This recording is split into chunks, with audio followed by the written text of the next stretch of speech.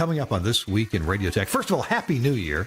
Look, we've all made it. Here we are, the first day of 2026. I'm Kirk Harnack. It's This Week in Radio Tech. Coming up, we're talking to, the kind of broadcaster that I think makes us feel good. And that's a small town owner, operator, and engineer. And that's Chris Marsalis. Ripley, Mississippi, not a metropolis, small town. And yet they're making a good go of it with 2 FM stations and some serious streaming. So I hope you'll find out and check it out with me, what Chris has to say about small town broadcasting rolling in to 2026 on TWiRT. This Week in Radio Tech is brought to you by Broadcasters General Store with outstanding service, savings, and support online at bgs.cc. By Broadcast Bionics with the Bionic Studio, including talk show control, social media, and visual radio. Broadcast Bionics brings exceptional audience engagement to radio and TV.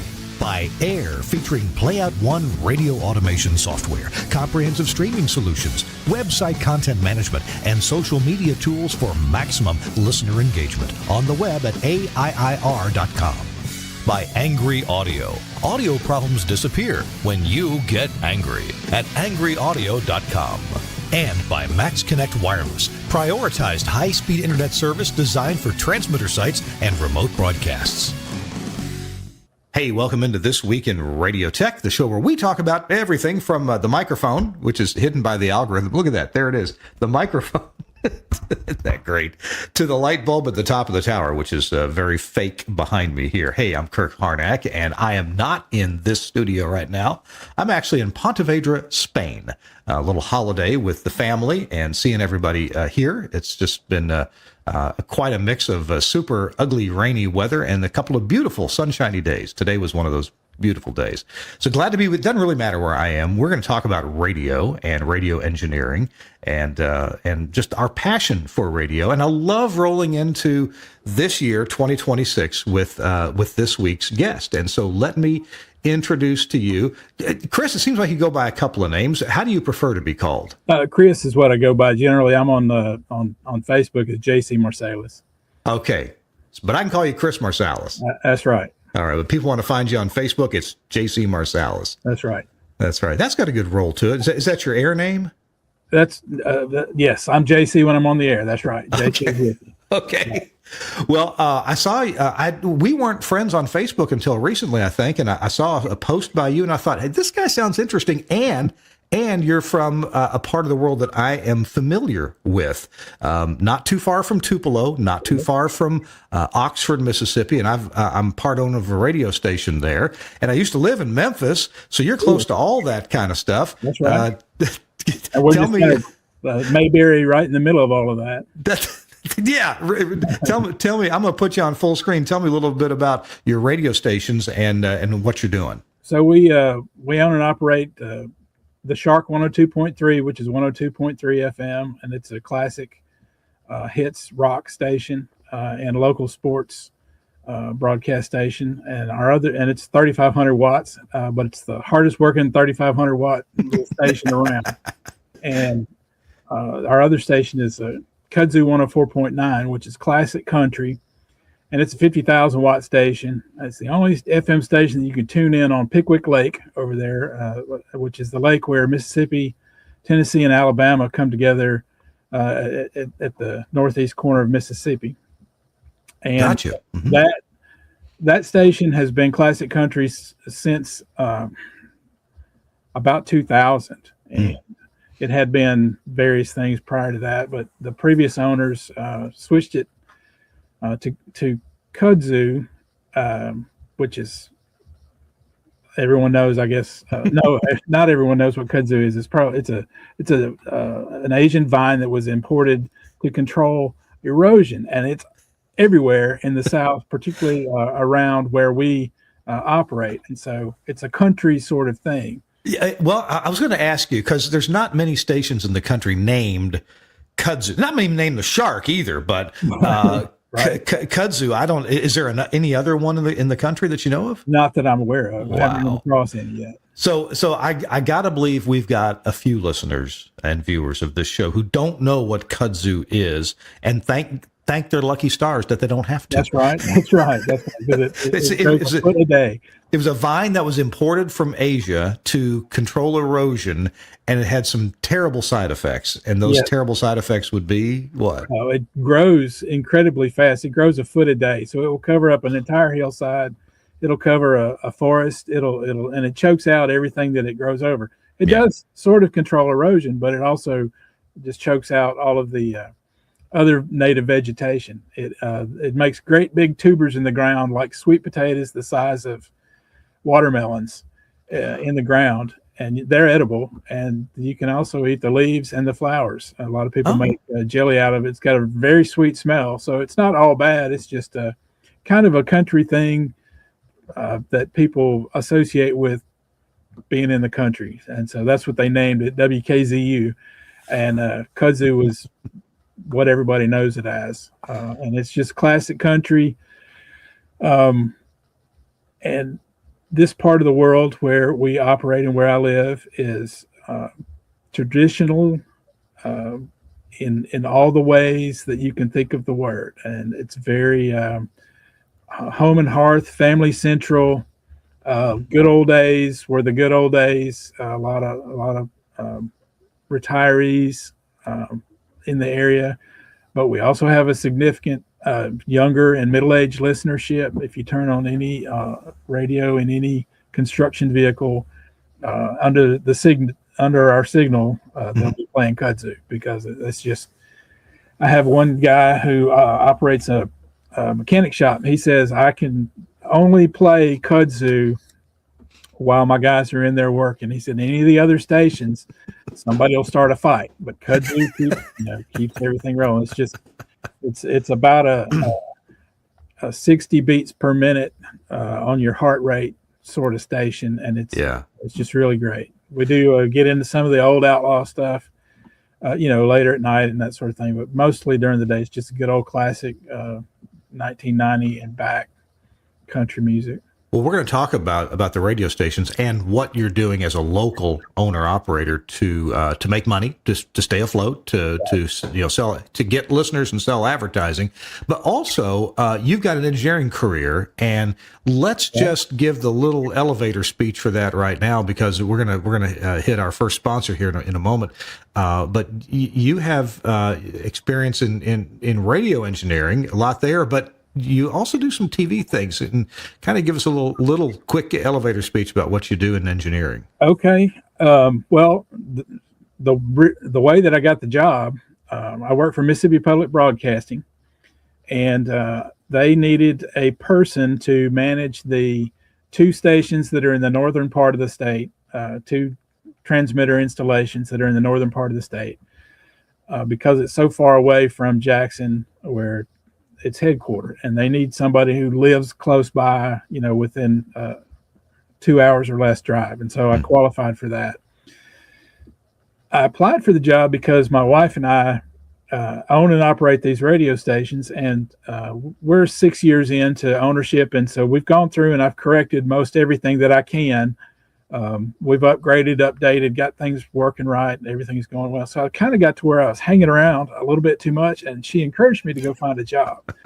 And I'm a board member with the Mississippi Association of Broadcasters, as is the executive director of Mississippi Public Broadcasting. And he kicked out a job availability, and I said, well, what the heck, I'm just going to apply. And so I did, and it turns out that these two installations have HDTV and FM plus HD 1 and 2 radio in both of them. And so I've been employed for just over a year, and the sites had not had a regular engineer for several months. And so I've spent a good bit of the first year just tidying up and cleaning up and trying to get things going. We're also, MPB is on an upgrade path, and there's some deconstruction and some reconstruction and that sort of thing going on. But we have a Comark transmitter and a Diamond transmitter, and we're both pretty solid units. They run very well. and so this is my first experience with television transmissions. But a lot of it is very comparable. So obviously, many things are different, but at the end of the day, you follow the signal all the way to the end and find out where the problem is if there's a problem. So yeah. Well, I think that's interesting that you do a lot, if not most, of your own radio engineering, and then you've also gotten into TV engineering. We're going to talk more about that, including some very specific things, and hear about recent transmitter installation that you've been part of. I guess that's one. We have a picture of it. It's from one of your stations, right? This is from one of the Mississippi Public Broadcasting stations. Oh, okay. For one of their FM HDs. Yeah. Okay. Well, we got that with Chris Marsalis all coming up on this. We're airing this on New Year's Day. Chris and I are recording this a couple days in advance so we can take New Year's Day and not have to worry about a darn thing. Well, we're both in radio, so there's always things to worry about. I'm Kirk Harnack. It's This Week in Radio Tech, and our show is brought to you in part by our really good friends, and I mean that. These are good people at AIIR.com.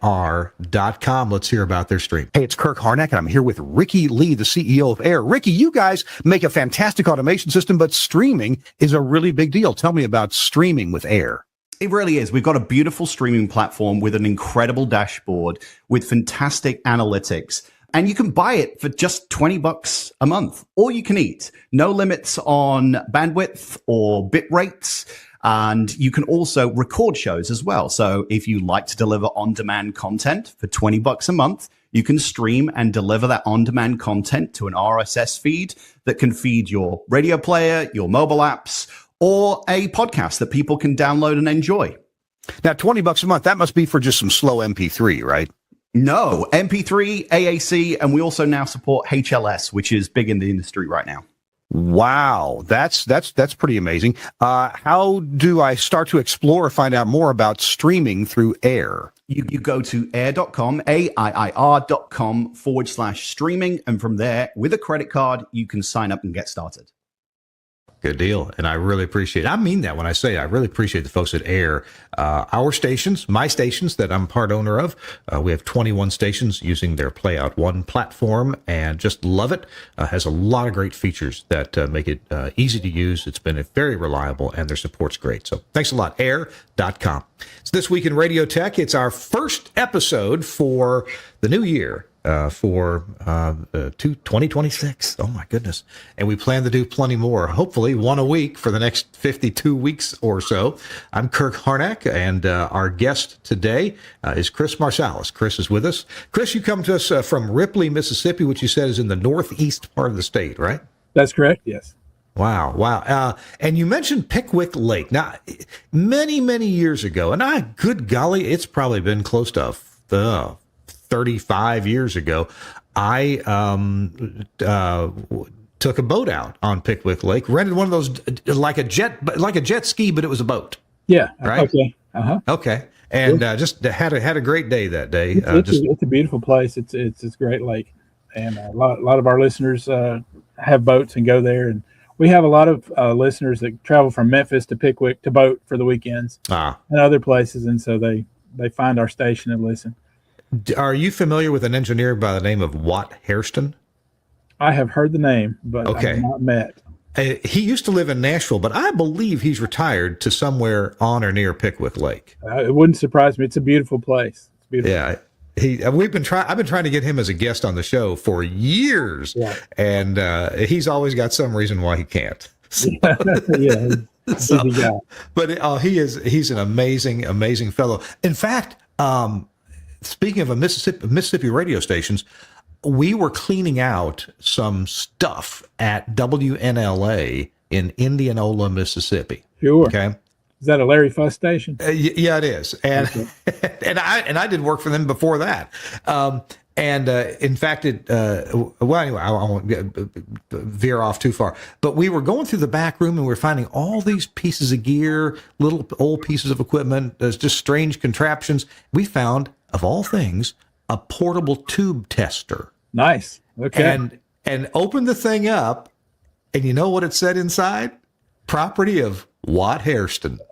Wow. So, Yeah. it's been a few years, but I took it with me and I brought it to an SBE meeting that Watt, somehow I knew that he was going to be at. It was a special meeting we had in Nashville and gave it back to him. Awesome. That's awesome. How about that? Yeah. So, gee, let's talk about this transmitter picture first, if you don't mind. Would that be okay? Sure. Okay, I think I can figure. I'm going to pop it up here and then try to get us over to the side. Whoops, I got too many things going on here. Let's take that out of the way. Okay. And there we go. Okay. There we go. This is at WMAV in Oxford, Mississippi, or outside of Oxford. This is Mississippi Public Broadcasting 90.3, and this is a Gates Air Flexiva 30K that our friend Olin, who I'm sure you know, Olin Booth. Olin Booth, on the on the left there, yeah, in the green shirt, right? Yeah, and I'm the tall guy in the middle with the blue shirt, and then on the right hand side is Chris Ruth, who's the director of technical services for Mississippi Public Broadcasting. He's my boss, my direct boss, and so Chris had the honors of firing that transmitter up that day, and after Olin and his team had spent basically all of one day, and we started early that morning getting it ready. That's a water cooled transmitters, first one I've ever had the honor of working with. That is our primary transmitter now, and we put it on the air full time about 2 months ago, and just been working through since it's HD 1 and 2. We have had and it's a new setup, and there's a lot of things to balance. We've got the backup transmitter, which was the primary. It's kind of behind that one, and so getting timing set up, adjustments, the delay set up on the new transmission, all of that, the water cooling, which is great. That building has 4 7.5 ton HVAC units, and with that water cooled transmitter, only 2 of them are necessary. It's just that effective. And where the old Continental is what is now the backup 816 HT. And so that's a heat pump. Yeah. It's an old tube transmitter, but it does a great job. But this is part of the upgrade path, and so I was excited to get this one in one of my installations. I want to mention, for those who are not familiar with Mississippi Public Broadcasting, they are statewide. They cover almost every square mile of Mississippi. How many transmitter sites does MPB have? There are 7 or 8 that are AM, FM, TV, and then there's a handful of microwave relay network sites. But that's and it all originates. All the programming originates in Jackson, and then it's all digital AES and HD TV. So it's all digital, and it arrives at the various transmitter locations, and amazingly, it's pretty well synced up across the state. I don't think they make any effort to try to synchronize them. In other words, if you're because they're on different frequencies. It's not like a single frequency network. That's right. So if you're driving from Oxford to Pickwick, then you're gonna if you're headed east from Oxford to Pickwick, you're gonna run into WMAB out of Starkville, and then as you go on up north, you're gonna hit WMAE out of Boonville, which is one of my Boonville. Yeah. But when I lived in Memphis and when I lived in Mississippi, I was always impressed. Frankly, I didn't listen a whole lot or watch a whole lot of the programming, but whenever I would check, the audio quality was always quite good. And so you can tell there's a level of engineering there that cares about getting the signals properly to the transmitter sites, whether it's TV and When I lived there, I don't think no, they didn't have multiple channels of TV there. It was still all NTSC, and we didn't, and y'all didn't have HD radio. That was added later. But just the regular analog FM and NTSC TV were of very good quality, even if I didn't watch the programming. Well, thank you. Appreciate that. We do work hard. There's a team of engineers in Jackson and production people. And, there's people with 1 foot on the boat and 1 foot on the dock on some of that stuff, where the IT guy has to hand something over to the TV or radio programming data guy or gal, lady.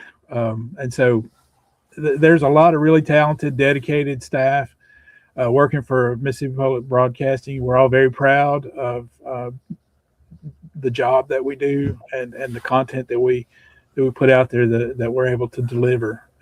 Also, Mississippi Public Broadcasting is become involved with the Mississippi Association of Broadcasters, and with our EAS plan coming up, Mississippi Public Broadcasting will play a large role in that as well. Oh yeah, you guys will be.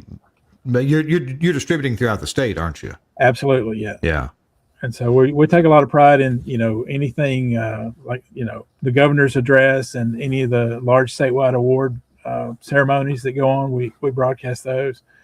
We broadcast the high school football championships every year. And that's a 16 game in 2 days kind of marathon. Oh, wow. And so there's a lot to it. I'm curious about how you guys handle EAS insertion, because your transmitter sites cover different regions of the state of Mississippi.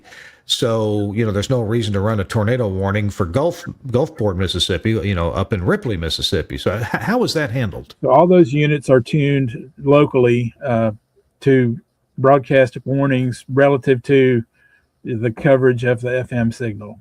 So the market, the coverage market of the signal, and those are programmed locally. So in Boonville, it's the DAS deck there is programmed to only cover the counties that Boonville is supposed to cover.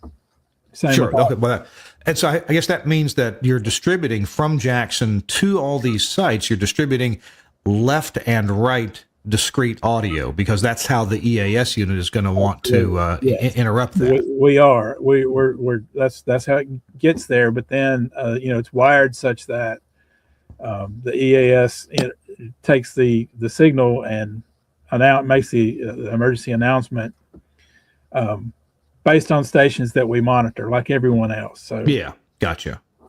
So okay, now what if you had a statewide event that you wanted to get on? Excuse me. Is your own network an input to the EAS, or would you just put that on as programming? Probably just put it on as programming, unless civil authorities of some level have to determine whether or not to use the EAS network. But of course, any broadcaster can broadcast news as it happens whenever they get ready. These transmitter sites that Mississippi Public Broadcasting has, these are all pretty high power FMs, aren't they? Yes. Well, it's about 20,000 watts or so a piece, and they're spread out, and you can look at the MPB online website and you can see the cities where they're located.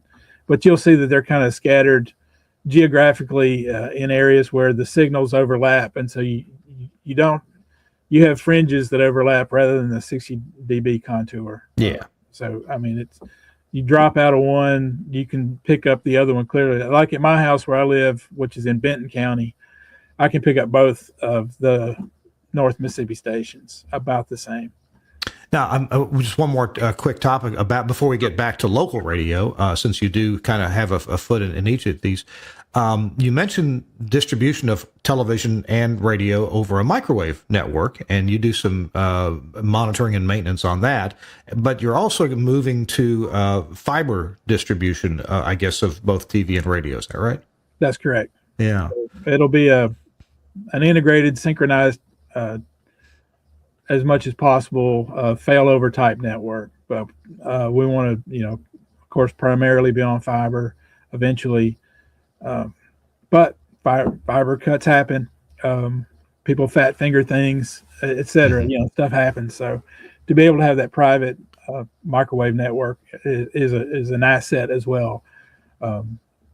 People like on my two radio stations that I own, we still use our STL radio links, and I've got barracks boxes at both sites and fiber at both sites. But good old STL is just hard to beat, and as long as it's running, we'll just keep using it.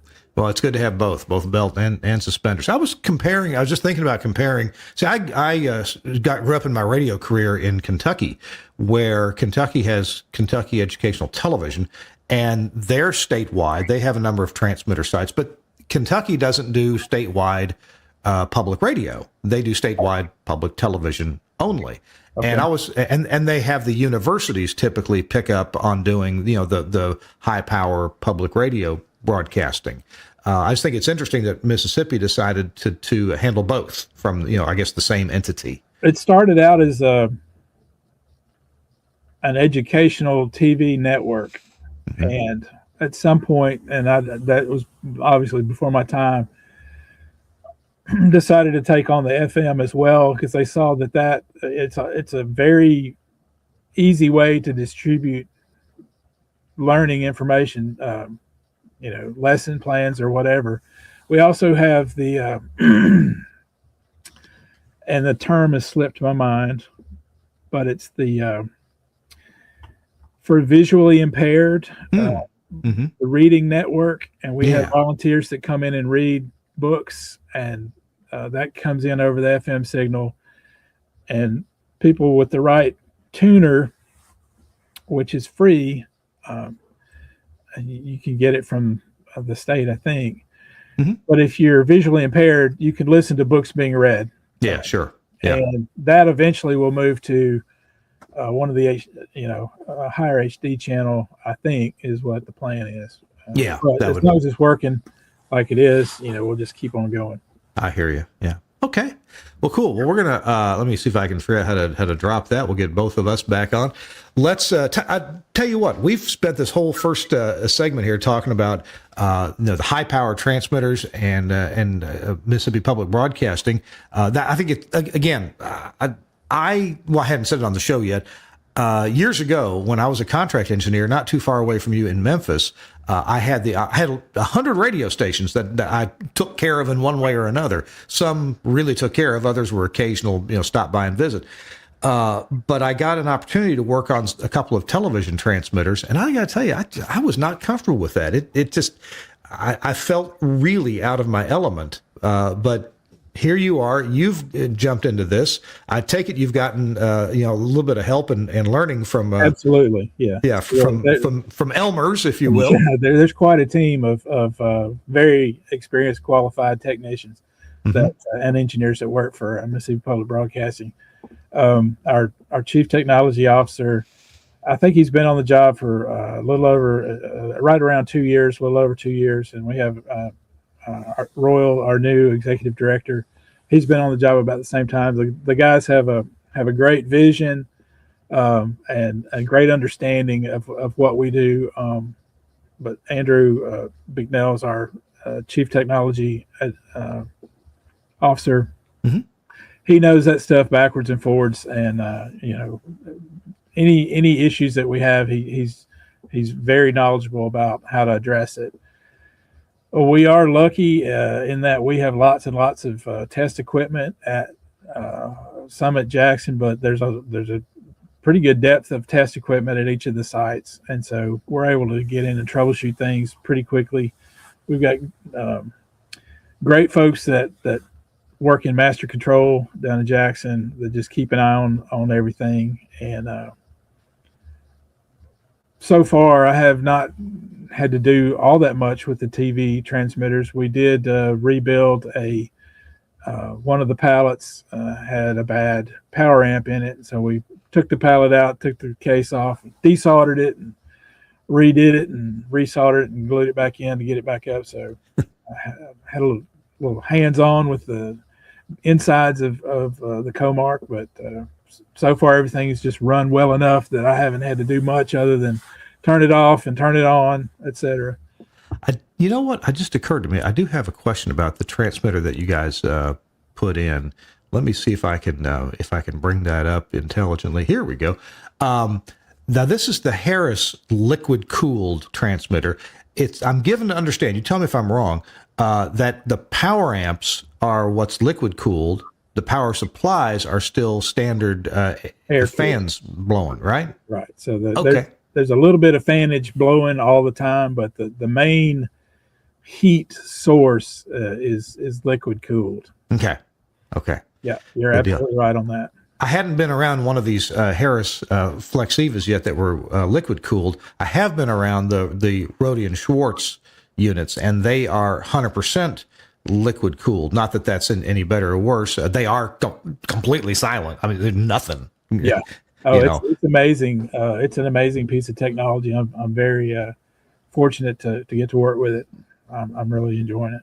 But this heat gets dumped outside. I got to be up in one of the which was it? One of the transmitter sites in New York City. I'm trying to remember if we were up in Empire or 4 Times Square or just where we. Anyway, in that place, all the TV and FMs were all the TVs anyway were liquid cooled. Yeah. And that was pretty interesting how they engineered that in that tall building. Yeah, I can imagine. That's a very challenging engineering job, but yeah, we're blessed to have a good bit of room, and all of these buildings were built in the mid '70s. Pretty solid construction, very stout buildings, and we're getting them. One of mine, the Boonville hut, got re-roofed this year, so I mean, the state's taking care of them. Excuse me. Are you okay? Yeah. Yeah. I couldn't hit the microphone button quick enough when I had to sneeze. It happens fast. Go ahead. You're talking about Boonville.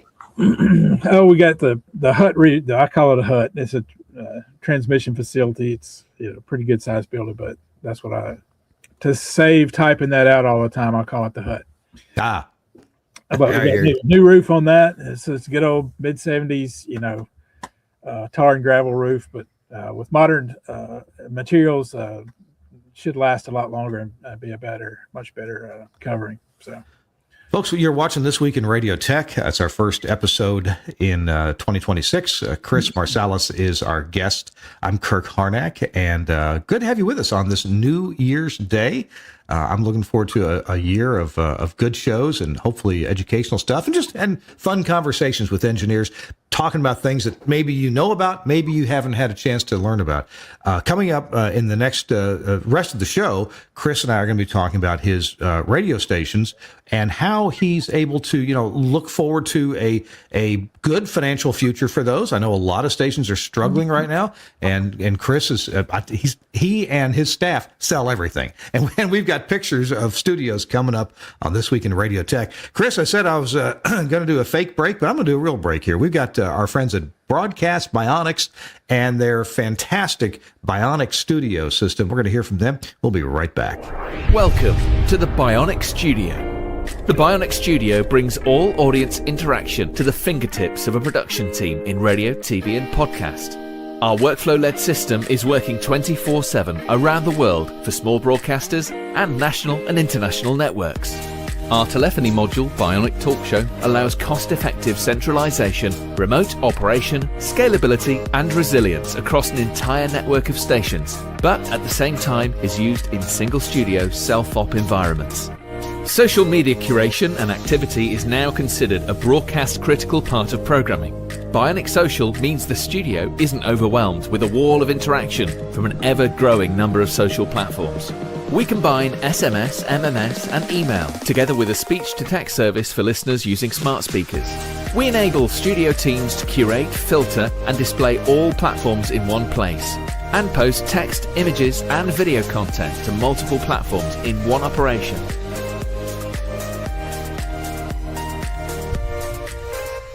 Effortless collection of video content with Bionic Director has helped position some of the world's most successful stations as leaders in viral content, generating appointments to listen and free marketing via retweets and shares. Bionic Contest enables end-to-end tracking of on-air competitions, live reads, and prizes. These could be on-air contests, automated SMS entry, or online. Anywhere, and Skype TX for Radio brings high-quality audio and video contribution into the studio with ease.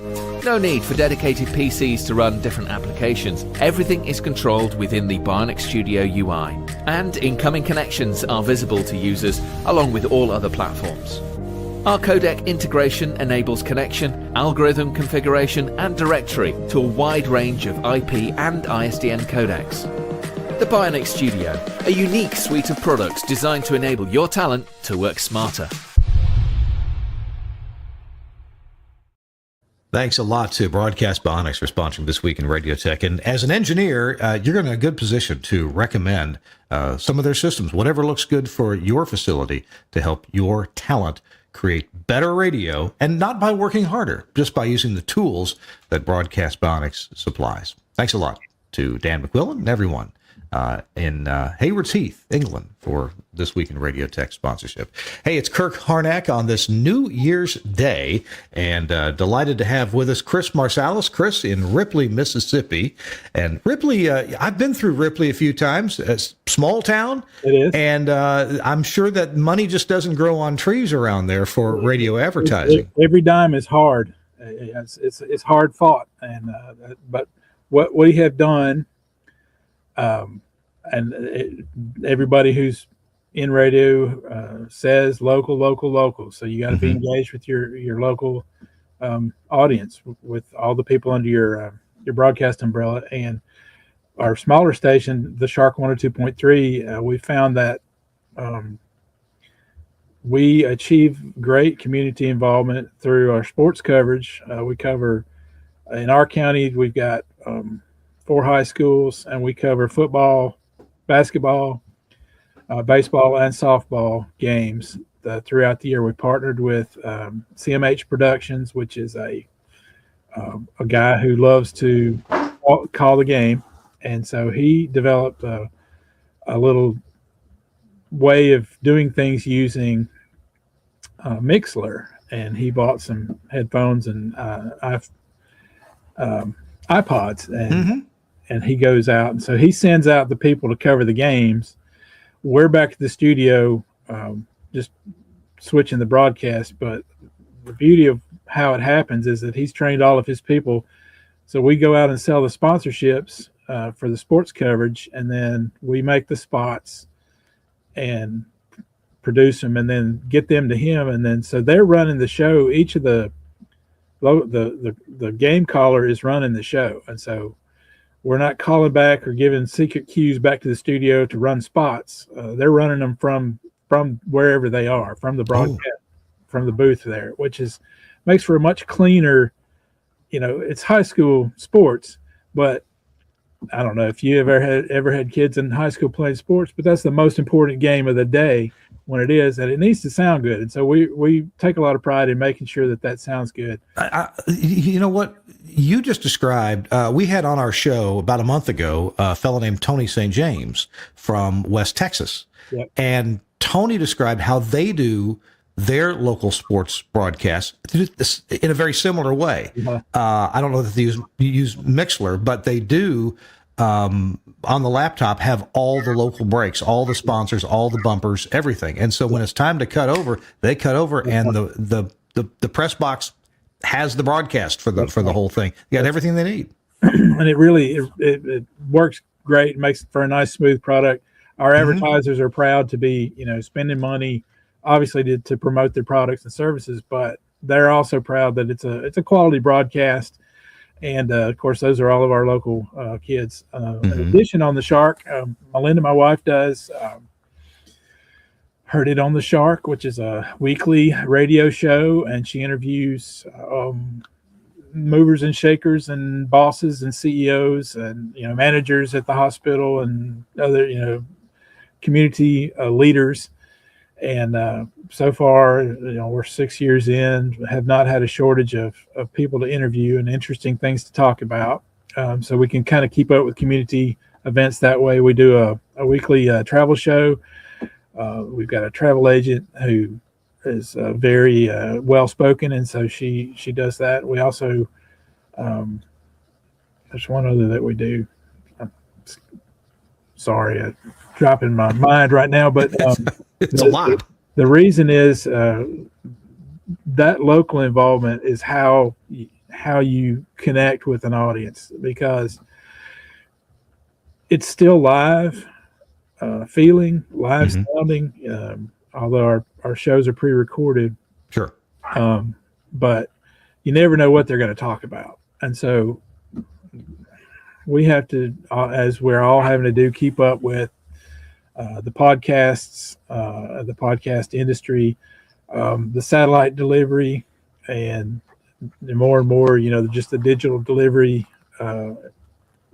your Pandoras and the rest of it. And so we have to find a place to kind of fit in there. We live in a market that still has lots and lots and lots of people that they listen to the radio.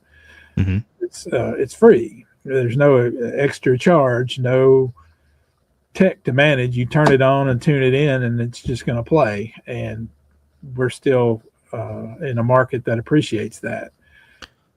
Why don't we? This might be a good time to introduce and some of your staff, but also to look at some of these studio pictures that you provided. Okay. You want to do me a favor and talk about Sure, what we're looking at? That's Rick. He's our traffic man, and he's posed for this. He's a 30-year radio man. He's done AM, FM, management, sales, all of it. He's our traffic manager. I replaced the good old audio arts year and a half ago with the ARC 15 Bluetooth. But that's a classic board that he's in front of, and was able to part that one out to hobbyists and other interested people. But that is the Kudzu Studio, WKZU 104.9.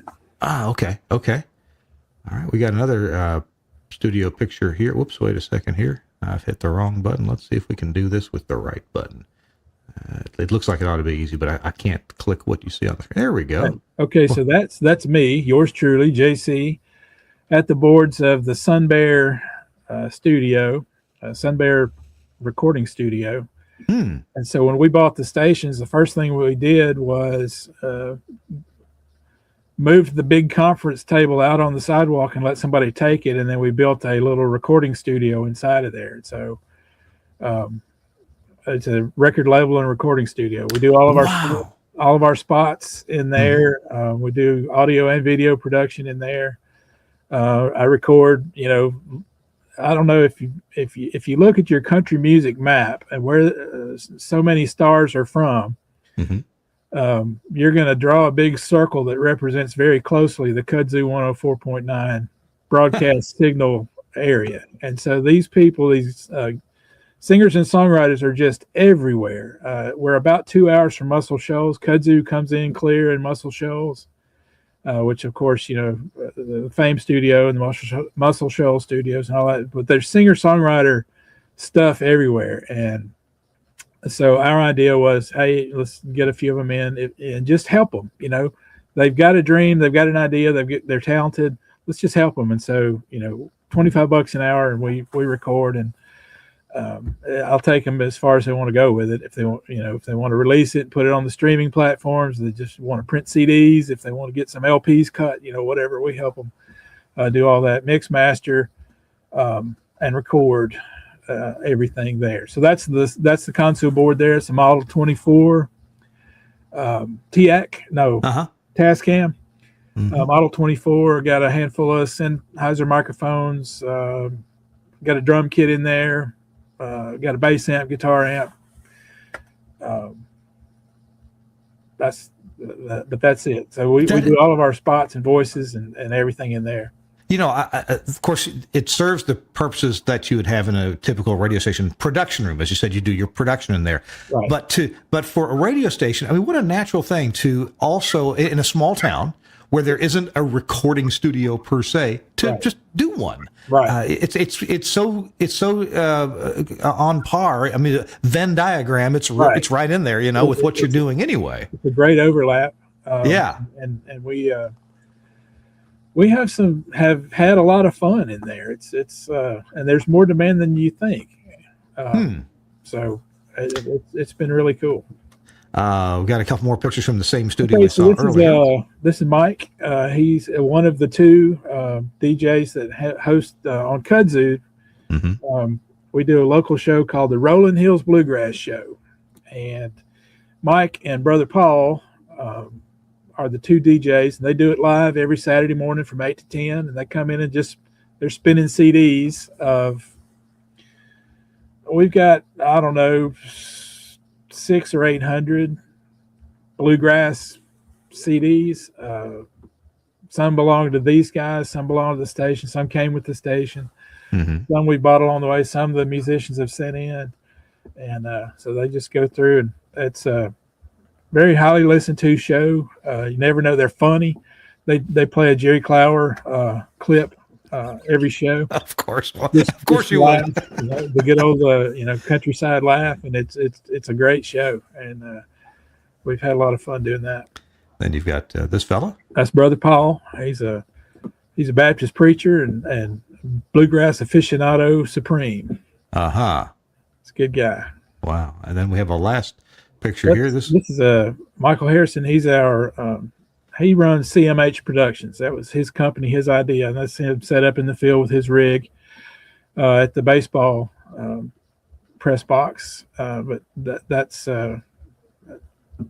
where he's happiest doing a sports broadcast. But he's got a team of people with this, an identical setup, and they'll be at 2 or 3 baseball games and football games every time. And obviously we don't broadcast all of them on the FM, but we have links to all of the games, whether or not we're broadcasting on the FM. They're all going out on the streaming, and so we've got links to that from our website, and all of our sponsors' spots play on all games, whether they're broadcast on the FM or if they're just on the stream. So that makes it all really attractive. It makes it work. Frankly, that's what makes it work. And they're, as I said, they're doing the same in the field, whether they're on the air or not, except for if they're on the FM. Occasionally, we ask them to remind folks that they're broadcasting live on 102.3 The Shark. That is brilliant. Of course, streaming gave us in the broadcasting business the ability to broadcast more things when there were conflicting stuff. When I was doing small town radio in Kentucky, we were one of the first stations. This was in Richmond, Kentucky, one of the first stations to go AM stereo. Okay. And I'm telling you, our owner, general manager and owner, Bill Walters, he tried every which way to figure out if we could run one high school on the left channel and one on the right channel. I said, Bill, very few people have AM stereo radios. Everybody's going to hear both games at the same time, and it's going to be ugly. You don't want to do that. But man, he sure would have loved that. Yeah. But we can do that now. And now at your stations, do you have any HD channels? We're not HD. I've got one of my transmitters is HD capable. It's probably not high enough power to do it, but we obviously there's some expense there, and it's one of the things that we've looked to the future possibly doing. We've got a lot of things that we'd like to do to upgrade, and it's just a slow go.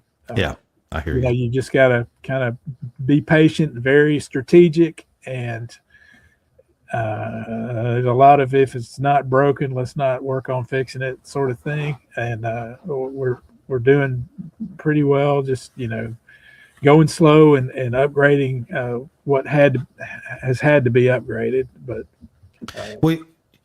our stations, and some of ours are very similar to yours in terms of market size and so forth. And we've gone HD at a couple of places, but honestly, the main purpose was, to offer channels that we felt were worthwhile, or to continue channels that had been broadcast before, but also to feed a translator. Right.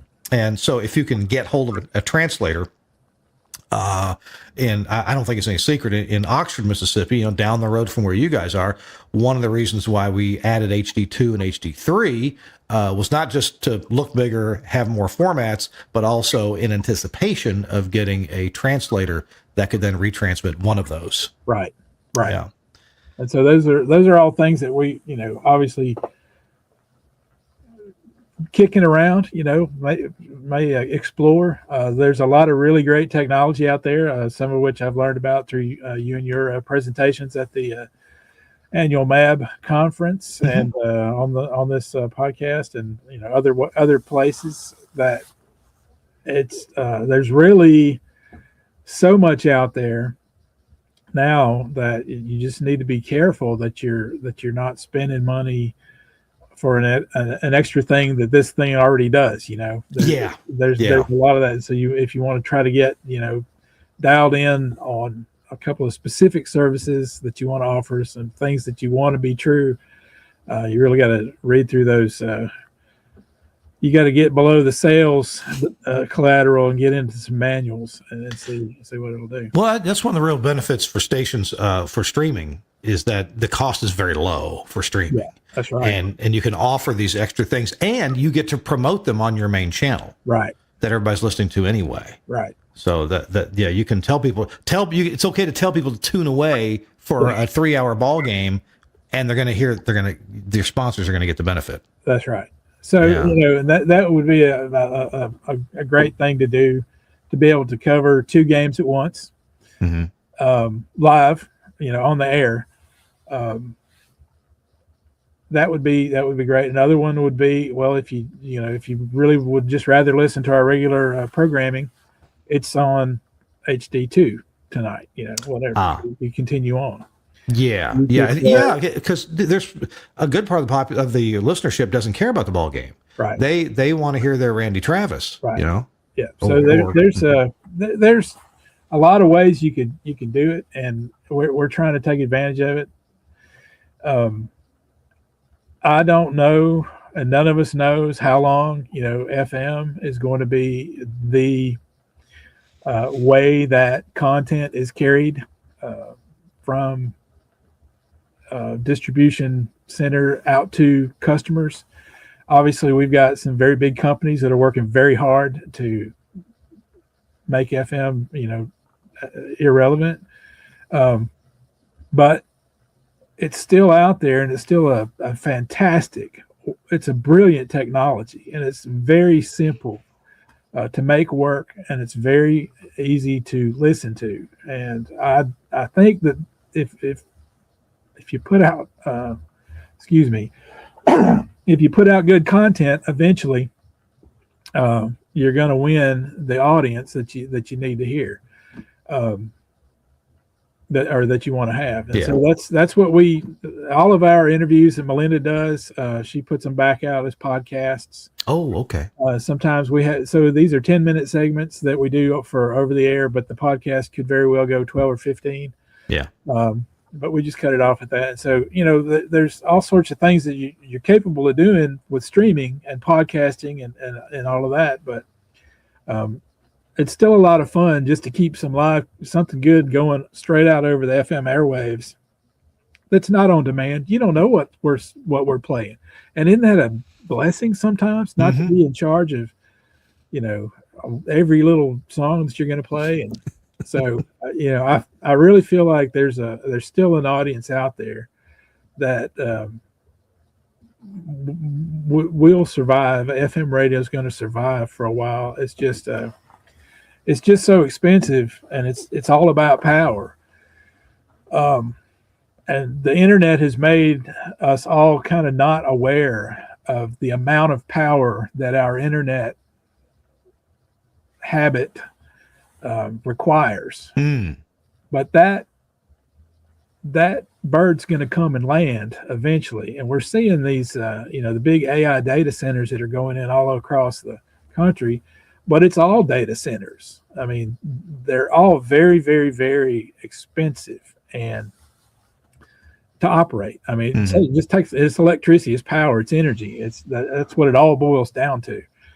And FM is still a pretty efficient way of delivering information.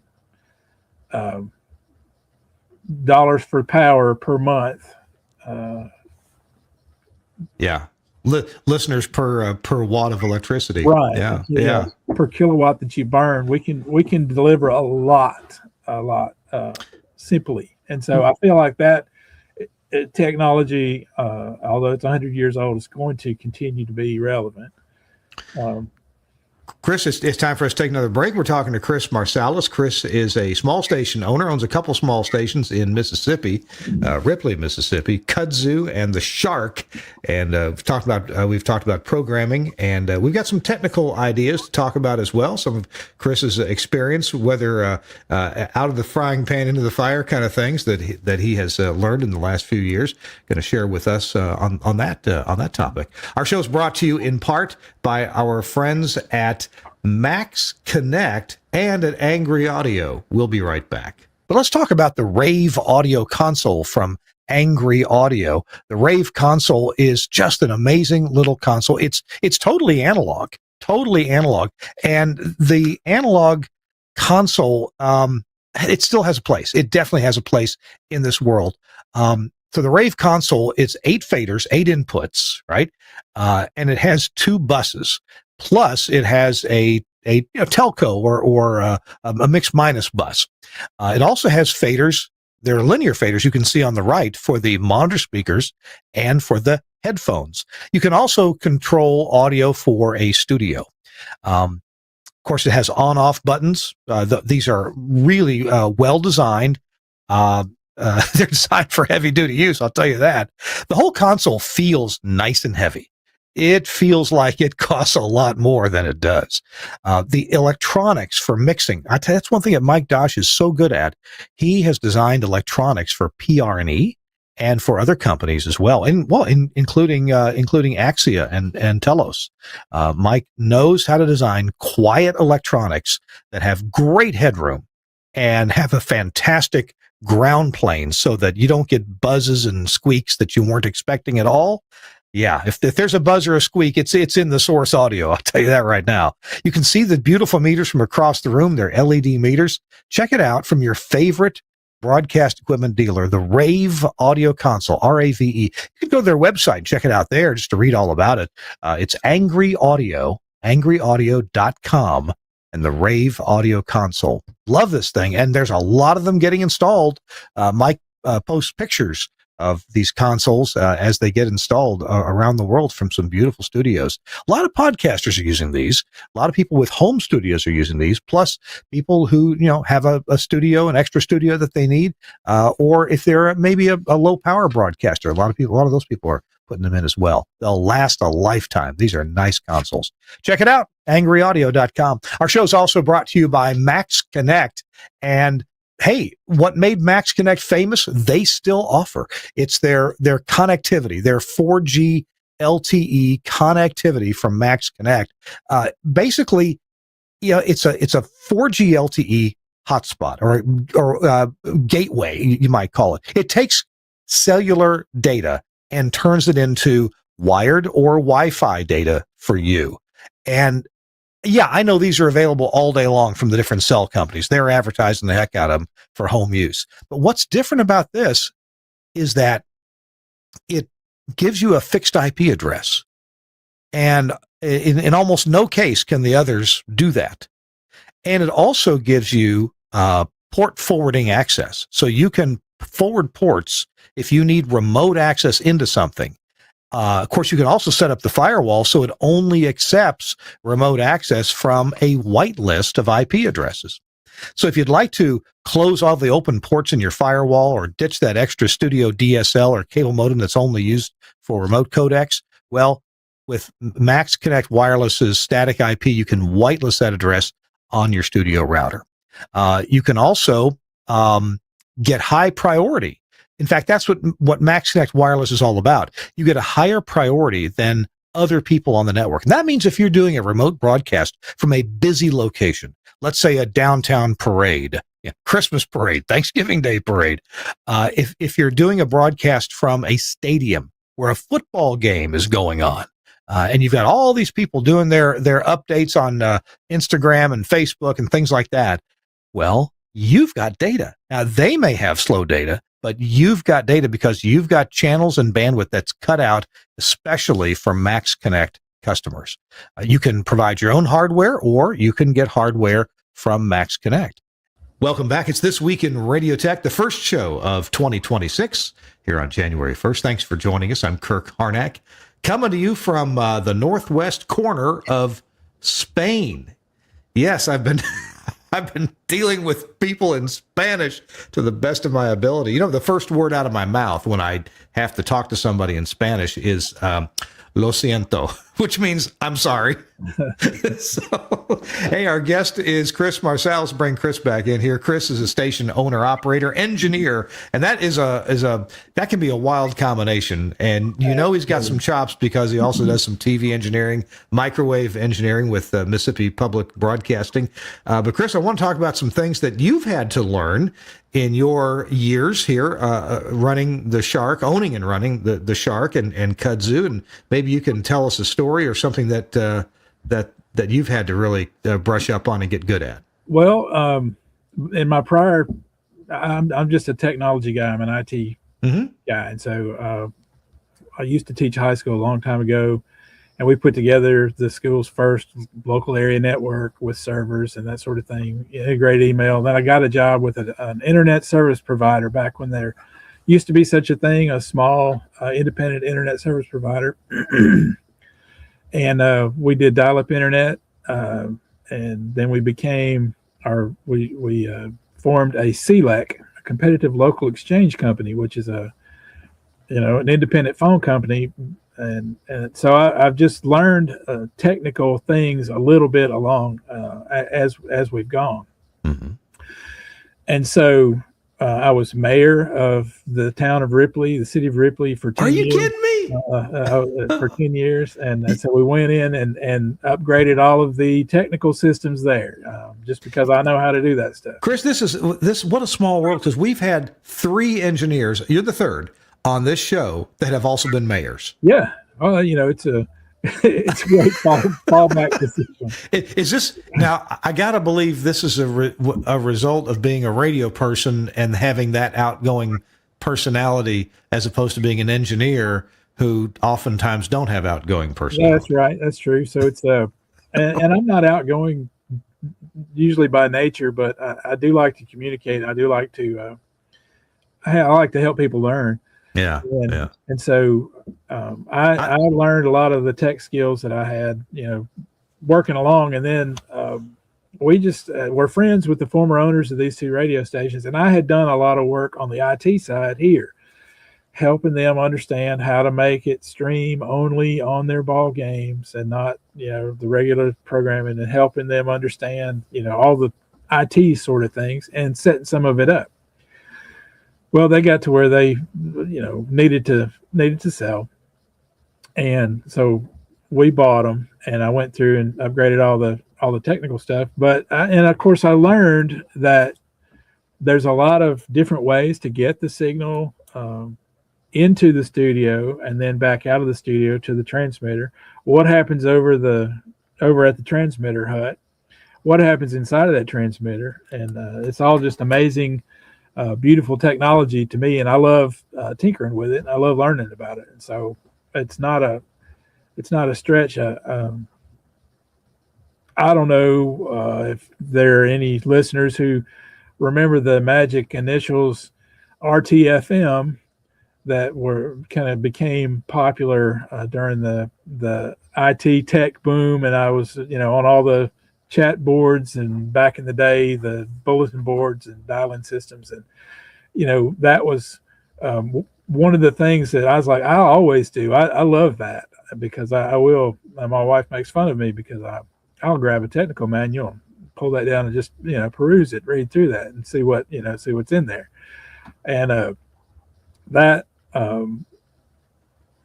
propensity of mine has helped me move on into, since I owned 2 radio stations, I had to learn a lot about how they work and how things operate. I figured out pretty soon I didn't want to spend $55 an hour every time something went wrong to hire. And I've got a couple of good radio engineer contacts, electrical engineer type guys, all that sort of thing they can get in there and deal with the high voltages and safely know how to handle things that I didn't know at the time that I can probably do now, but I had to learn how to do it. and so, did all that for my own stations just to save money because, I've got a technical mind and so I can figure stuff out. Usually if I've got, if the thing will turn on and I've got a manual, I can usually make it work some kind of a way. You are muted.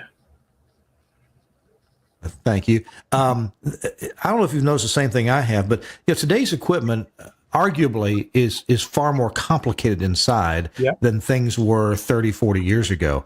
And 30, 40 years ago, like some of my best education came from reading the manuals for ITC cart machines because they explained this transistor turns on, it turns this one on, and then that makes this go low and puts a voltage across here. And this matched up with my fundamental learning of electronics that I was kind of going along at the same time. Whereas today's manuals are a lot more about how to use the product in maybe in different situations than how to fix or the theory of operation of the product. That's right. Because the operation involves a lot of code that's well hidden to you. Yes. Right? Right. You'll never see it. Yeah. Yeah. But, so it's, as with a lot of things, IT, it's more convenient. It's easier to use. It's more approachable for, less technical people. You don't have to show up with a voltmeter and a pocket protector in order to work on it. But a lot of things, you got to be able to set up a way to get to it remotely over and securely over an IP network. And so a lot of the interface there is not super straightforward if you're security conscious at all. And so there's just a lot of things that you can do, and like the new Gates Air transmitters that we've got, you can get way down in the weeds on that control interface, and you can really tweak some things, and it's fascinating because it's it's an entirely solid state based way of doing it, which is a huge jump from the old tube ways, but essentially the same sorts of things have to happen. It's just that the controls now are digital and software, like you said, and occasionally, you got to get the dip switches right, or it's not going to work even with the software. So, you get on back into that, but anyway, I've just had a lot of fun learning, and I continue to learn nearly every day, every week at my jobs. One thing I noticed on your websites for your station, and this will be the last topic before we hit our last break and then have a tip of the week, which you say is worth waiting for. So we'll be waiting for it. I noticed that you do make a big deal of your RDS. You have it for sale. You can people can run messages on it, and you say, hey, it's like a billboard on your dashboard. That's right. And I never heard it put that way, and it's very true. Tell me about your feeling about metadata. At our stations, we feel it's pretty important. We do everything we can to get metadata, out where it should be. Tell me about your efforts there. I agree with that completely. I'm primarily interested in delivering the title and artist information, but I discovered a great little software package called Magic RDS a few years ago, and it's just a beautifully powerful and simple way to spray text messages to anything that can accept them, and you can just use your wildest imagination. You can send a plain text message to a batch file. You can execute a batch file. All sorts of things, and it's so efficient. The reason I was saying all that, it's so very efficient that you can deliver the title and artist information pretty quick when the song, even as it's beginning, and then you've got some minutes there that you could swerve in something else. And so we've been successful a couple of times. A couple of customers have taken us up on that, and they just I said, you just need a little 30-character message that you want to send. I like the idea of also, as we're playing advertiser spots, to send out their number or website or something, but 30 seconds is pretty tight to try to get that out there and then get ready for a new message to go out. Just as you you get out towards the fringes and the throughput's lower, and so you're not going to get all the messages. But yeah. I love RDS. I think it's a great technology. I know it's almost standardless. It's not really. There are some recommendations, but it's still pretty loose how it all works. But it's fascinating to me, and I just wanted to get it done. So I bought the two little Para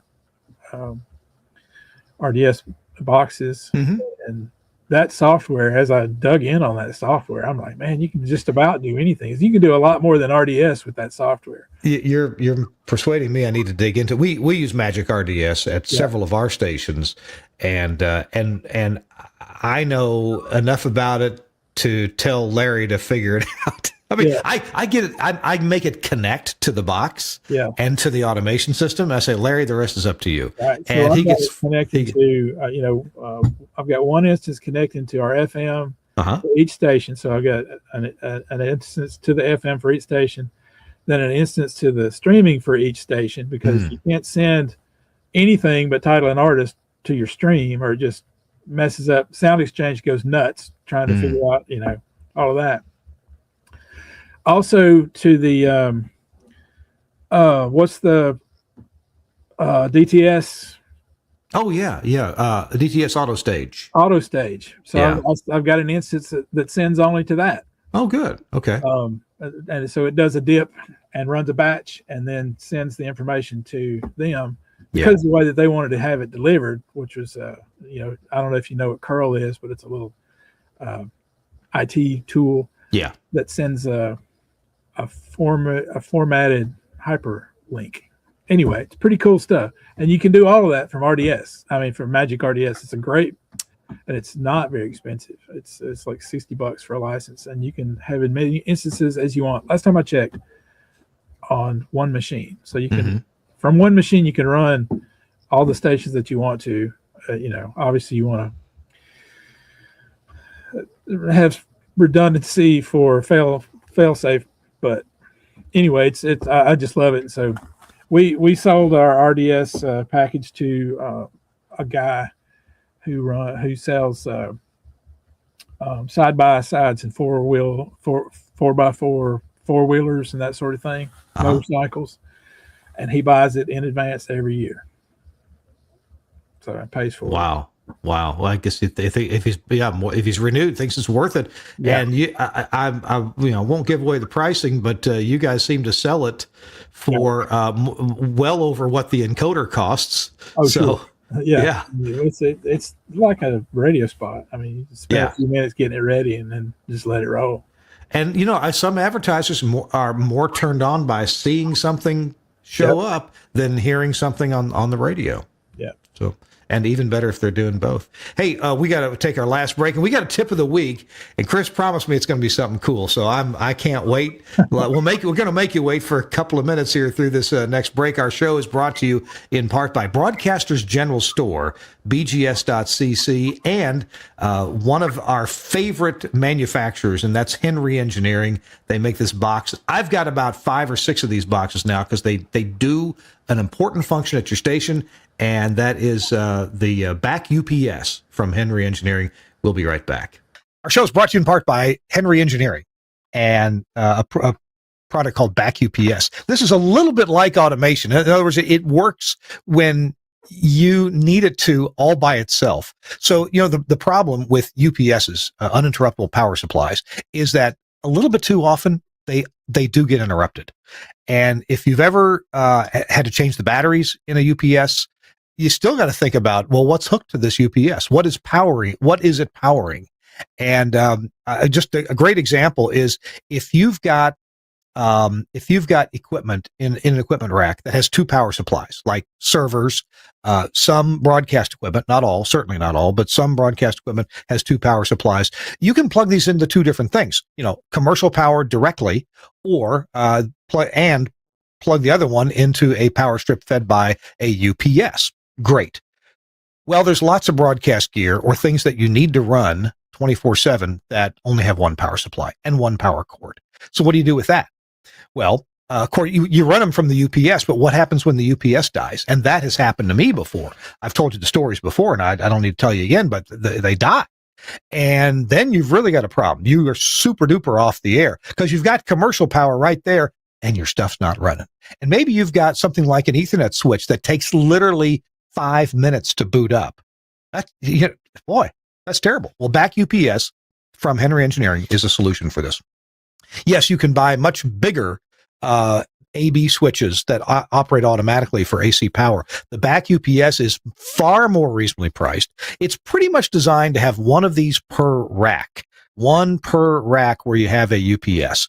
And so you plug commercial power into one input and you plug your UPS into the other input. And normally it's on the UPS. Normally it's the UPS input that's providing power to the duplex outlets on the other side of it.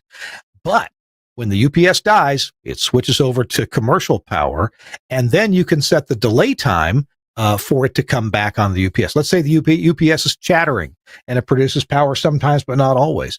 Well, you can set the delay time to where you have some surety that things are good before it switches back to the UPS. Now, I've got this exact box, and I think we've bought 5 of these so far at my stations, and we sure could use a few more. But we put them in the racks, and we feed equipment that only has one power supply. I've got some workstations with only one power supply. I've got audio processors with only one power supply. I've got Ethernet switches and a Sage NDEC and other pieces of gear that have only one power supply. But with the Back UPS, it's almost like you've given them 2 power supplies. At least you've given them 2 power sources, and it'll switch back and forth automatically. One of the slickest products from Henry Engineering since the Super Relay, and you know how much we love that one. So check it out from Henry Engineering. The place to get it is from Broadcasters General Store, BGS. The website is bgs.cc. bgs.cc, and they keep improving their website. It's really nicely up to date. When I need to find a price on something or some specs, or hey, is this still available? I go to bgs.cc, and you can call them too. They're really friendly on the phone at 352-622-7700. It's This Week in Radio Tech, our first episode of 2026. Kirk Harnack here, and glad that you're there. Hope you'll be with us for lots of episodes. You can get automatic downloads. We've got in the show notes, we got links to all kinds of feeds that you can automatically download, or hey, be sure you subscribe to us on YouTube, because that's a great way to get notified that there's a new episode on YouTube. Okay, let's see. Our guest here is Chris Marsalis. Chris owns a couple of radio stations along with his wife, and he's got a great staff there and in Northeast Mississippi, Ripley, Mississippi, town that I have been through. I blinked and pretty well went through it. It's not a big place, and that's why it's amazing that you're doing so well. But you cover some ground there. So, Chris, you got a tip of the week for us. I'm eager to hear it. Read that manual. Yes, I agree. If you're having trouble with a piece of equipment, read the manual. But if it's not doing what the manual says it should do, call their tech support people. They've got people on duty waiting for your call to give them some help. So don't spend a lot of time when you can just pick up the phone and call them. Man, that's so true. And of course, so much tech support these days they like to operate off email. Yeah. And I can't speak for every company, but 2 companies that I deal with frequently, Telos Alliance, my full-time employer, and if I have a question, I email support@telosalliance.com, and I'm not priority. I may be an employee, but I'm not paying for any of their service level agreements, which they have. And I typically get an answer within a couple hours. And I know that at least at Telos, they are committed to answering every email by the end of the business day. Now, other companies like one of our sponsors here, AIR, AIIR, We'll email them. Hey, we got this question, this problem, something doesn't seem right. Can you help out with this? And again, I think they want to say, hey, within 4 hours of that business day, but we typically hear back within a half hour, 45 minutes, maybe an hour and a half tops.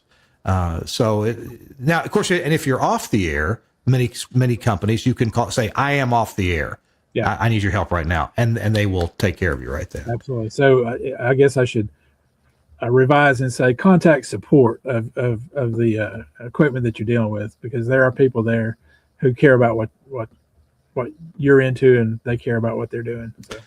Well, and maybe the contra to what you've said, because you said, contact the company. All of us have had a bad experience with one tech support or another, but most broadcast companies, they got their heart in broadcast. Yeah. They want to help you out. They do. You can ask a question on Facebook. Get ready for 72 incorrect answers.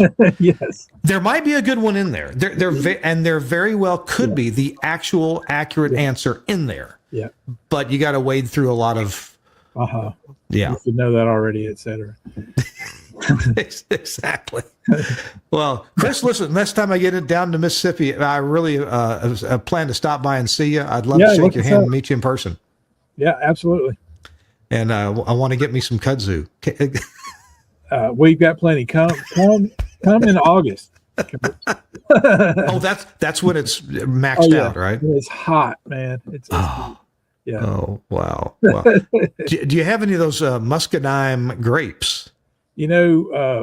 We do have, and my wife made muscadine, scuppernong preserves this year, and they're fantastic. So it's white muscadines and purple muscadines. Wonderful stuff. Yeah. So it's different. Some people say it's acquired, but you acquire the taste really quickly. Oh yeah, it's a beautiful floral taste. I haven't made the wine yet, but I'll probably try it. Experiment with that. Oh, hey, hang on. I'm going to tell everybody goodbye. It's been This Week in Radio Tech. Glad that you've been with us for this show. Hey, like and subscribe. Would you hit the like button, hit the subscribe button? Please get us automatically. That'd be just great. And join us for more shows this year. In fact, coming up next week. Oh gosh, we've already been planning the show. Listen, I won't give away in details. It's going to be good. It's going to be good. We'll see you next week on Thursday on This Week in Radio Tech. Y'all take care. Bye-bye.